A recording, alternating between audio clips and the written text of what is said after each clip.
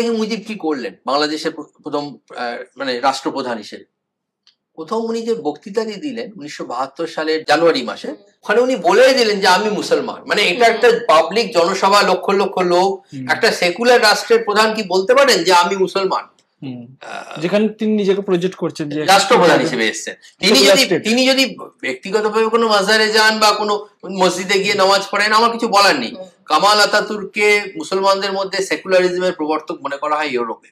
Kamal Ataturk নিজেও নামাজ পড়েছেন, কিন্তু কখনো রাষ্ট্রপ্রধান হিসেবে নিজেকে মুসলমান বলেননি, যদিও তুর্কি প্রায় 199% মুসলমানের দেশ।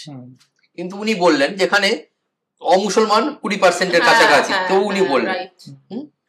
দ্বিতীয়ত ওইখানে উনি এটাও বললেন যে বাংলাদেশ জনসংখ্যার দিক থেকে দ্বিতীয় মুসলিম সংখ্যাগরিষ্ঠ দেশ। এটাও একটা, হ্যাঁ, এটাও মানে কেন বলবেন সেকুলার রাষ্ট্র? আমরা কি কখনো বলতে যাই আমরা পৃথিবীর সর্বোচ্চ হিন্দুর দেশ? উনি এবার বললেন মুনাজাত করুন। মুনাজাত কিন্তু কোনো কথা নয়, এটা একটা রিচুয়াল, ইসলামিক রিচুয়াল। ওই প্রোগ্রামে হিন্দুরাও আছেন, হিন্দু মুক্তিযোদ্ধারাও অনেকে দাঁড়িয়ে আছেন। আপনি হয়তো নোয়াখালী থেকে শত শত মাইল পরিক্রমা করে এখানে এসছেন মুজিব বঙ্গবন্ধুর বক্তৃতা শুনতে। উনি বলছেন মোনাজাত করুন। আপনি দেখলেন মাঠ পুরো ভর্তি, বিবিসি কমেন্টেটর বলছেন সবাই মোনাজাত করছে। আপনি একা মনে করবেন না নিজেকে? তাহলে উনি তো সেকুলারিজমের পতনের পর প্রথম দিনই স্থাপনা করে দিলেন